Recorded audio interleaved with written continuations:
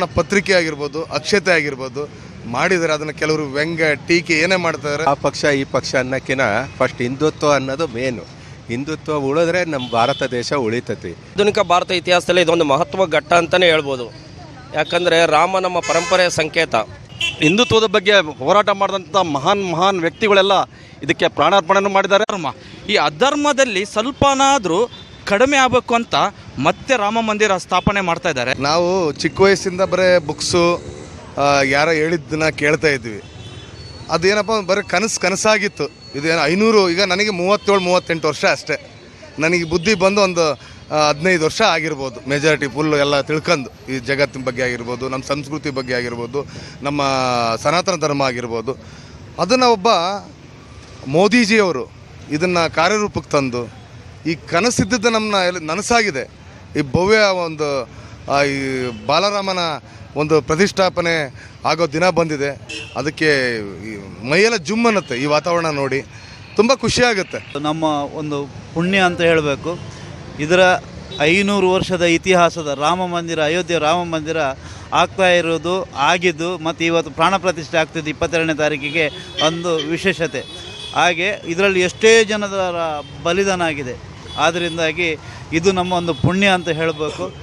ಹೀಗೇ ನಮ್ಮ ದೇಶಾದ್ಯಂತ ಇದು ಇಲ್ಲಿ ನಮ್ಮ ದಾವಣಗೆರೆಯಲ್ಲಿ ರಾಮಣ್ಕೋ ಸರ್ಕಲಲ್ಲಿ ಯಾವ ರೀತಿ ಕಾರ್ಯಕ್ರಮ ಆಗ್ತಾ ಇದೆಯಾ ಅದೇ ಥರ ಇಡೀ ದೇಶಾದ್ಯಂತ ನಡೀತಾ ಇದೆ.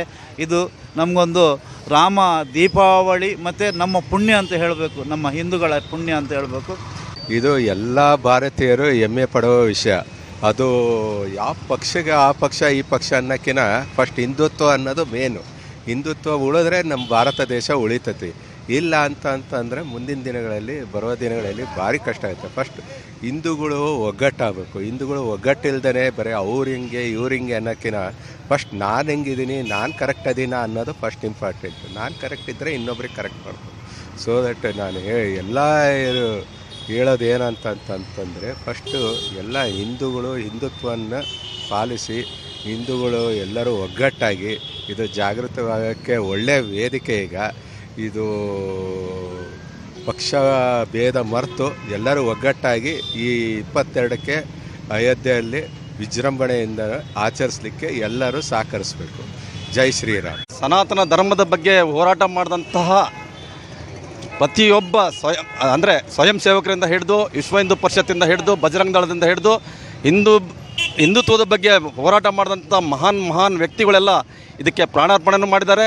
ಅದಕ್ಕೆ ಸಾಕಷ್ಟು ಶ್ರಮ ವಹಿಸಿದ್ದಾರೆ. 500 ವರ್ಷದ ಇತಿಹಾಸ ಇರುವಂಥದ್ದು ಇಲ್ಲಿಯವರೆಗೂ ಸಹ ಅದು ಸಾಧ್ಯ ಆಗಿರಲಿಲ್ಲ.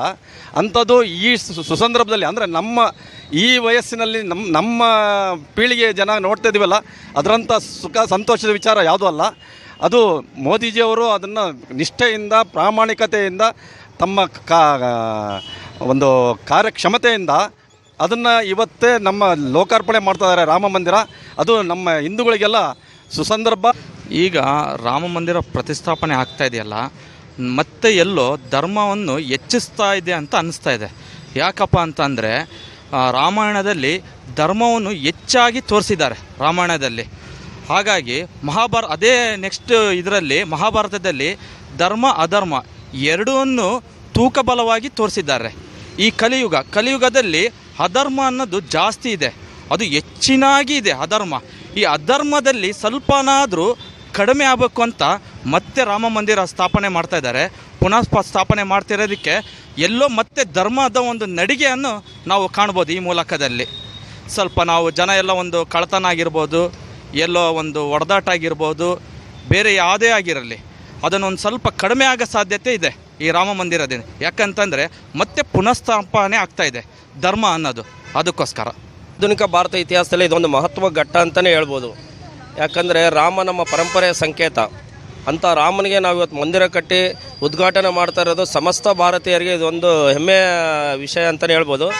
ಅದೇ ರೀತಿ ನಾವು ಇವತ್ತು ದಾವಣಗೆರೆಯಲ್ಲೂ ಕೂಡ ಭಾಳ ಹಬ್ಬದ ವಾತಾವರಣ, ಸಂಭ್ರಮದ ವಾತಾವರಣ. ಇದೊಂಥರ ದೀಪಾವಳಿ ಯುಗಾದಿ ಹಬ್ಬದಲ್ಲಿ ನಾವು ಹೆಂಗೆ ಸಂಭ್ರಮ ಮಾಡ್ತೀವೋ ಅದೇ ರೀತಿ ಈ ಒಂದು ರಾಮ ಮಂದಿರ ಉದ್ಘಾಟನೆ ಸಹಿತನೂ ಇಡೀ ಭಾರತದ ಪ್ರತಿಯೊಂದು ಊರಲ್ಲೂ ಭಾಳ ಸಡಗರದಿಂದ ಒಂದು ಉದ್ಘಾಟನೆಯನ್ನು ಆಚರಿಸ್ತಾ ಇದ್ದಾರೆ.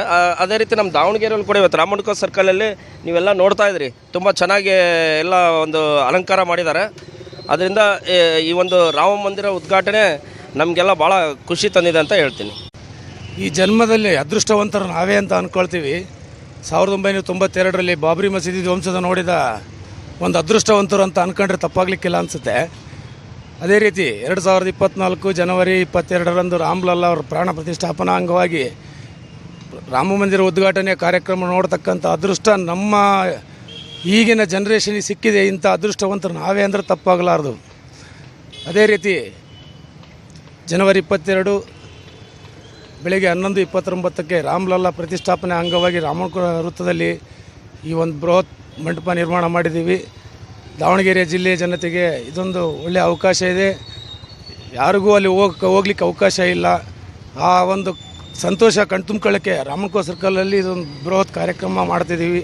11:29ಕ್ಕೆ ಸರಿಯಾದ ಸಮಯದಲ್ಲಿ ಪೂಜಾ ವಿಧಿವಿಧಾನಗಳು ರಾಮನಕುರ ಸರ್ಕಲ್ ನಡೆಯುತ್ತೆ. ಸಾರ್ವಜನಿಕರು ಈ ಒಂದು ಕಾರ್ಯಕ್ರಮಕ್ಕೆ ಎಲ್ಲರೂ ಸಾರ್ವಜನಿಕರು ಆಗಮಿಸಿ ಈ ಒಂದು ಅದ್ಭುತವಾದ ಕಾರ್ಯಕ್ರಮದ ಕಣ್ತುಂಬ್ಕೊಳ್ಳೋಕ್ಕೆ ಎಲ್ಲರಿಗೂ ಒಂದು ಸುವರ್ಣ ಅವಕಾಶ ಇದೆ.